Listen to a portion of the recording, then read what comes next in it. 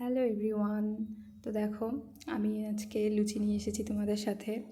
যেহেতু আজকে নিরামিষ, আমাদের সোমবার। তো প্রথমে আমি ভেজে নিলাম একটু আলু ভাজি, তরকারি ছিল।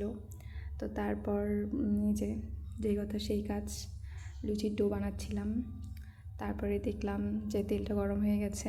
তারপরে লুচিটা বেলে দিলাম। আমি কিন্তু ভালো লুচি বেলতে পারি না, মানে এক্স্যাক্ট রাউন্ড হয় না, বাট তবুও আর কি খাওয়া যায় আর কি। তো এই যে আমার লুচিটা আমি দিয়ে দিলাম কড়াইয়ের মধ্যে, উল্টিয়ে পাল্টিয়ে একটু ভাজতে হবে। যদি আপনারা যদি কেউ লুচি ভাজা জানেন না, তো আমাকে বলবেন, আমি শিখিয়ে দেবো। বাড়িতে গিয়ে স্পেশালি ক্লাস করানো হবে। তো যাই হোক, এরপর আমি এই যে লুচি উল্টিয়ে পাল্টিয়ে ভেজে নিচ্ছি।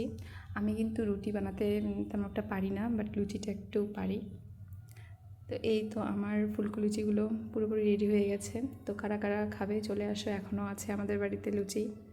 তো আমরা অল্প কয়েকজন মানুষ, তাই এই কয়েকটা লুচি বানিয়েছিলাম।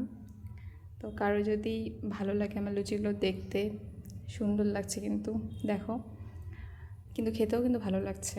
যেহেতু আমি তৈরি করেছি সেহেতু তো ভালো লাগতেই হবে, বলো। তো তারপর এই যে এখানে পটল ভাজি, করলা ভাজি, আলু ভাজি, আর ছিল সে তরকারি, ডাল, বুটের ডাল ছিল। আর দেখো এই যে লাভ লুচি, এটা জানি না কীভাবে লাভ হয়ে গেছে। হয়তো লুচিও চাই আমি একটু প্রেম করি। তারপর দেখো আমি এখানে ভাতও নিয়ে নিয়েছি, কারণ আমার ভাত না খেলে শান্তি লাগে না। স্পেশালি এই থালাটা তাদের জন্য যারা ভাবে আমি ডায়েট করি। তো ফাইনালি আমি লাভ লুচি টেস্ট করব, যদি আমার জীবনে একটু লাভ আসে, ঠিক আছে।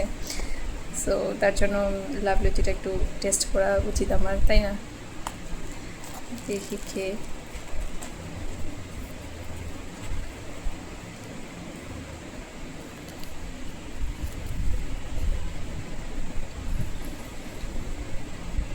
লাভ লুচিটার টেস্ট আছে আলাদা।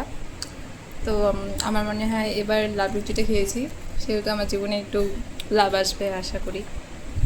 So good night, tata.